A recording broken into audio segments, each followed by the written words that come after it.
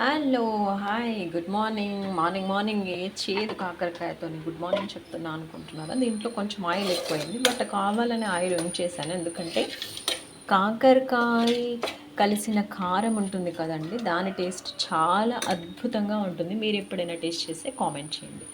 Next వచ్చేసి ఈరోజు చాలా సింపుల్ రెసిపీ ఏంటి అంటే అందరూ చేసుకోవచ్చు ఈజీగా, దోసకాయ పప్పు. చిన్న పిల్లలు కూడా చేయవచ్చు ఈ దోసకాయ పప్పు.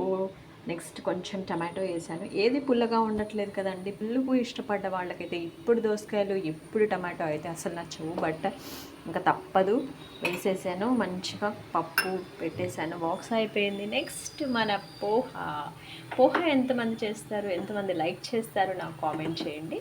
దీనిలోకి కొంచెం నిమ్మరసం వేసేసుకొని తింటూ ఉంటే ఉంటుంది సూపర్గా. Bye bye, take care, enjoy your day.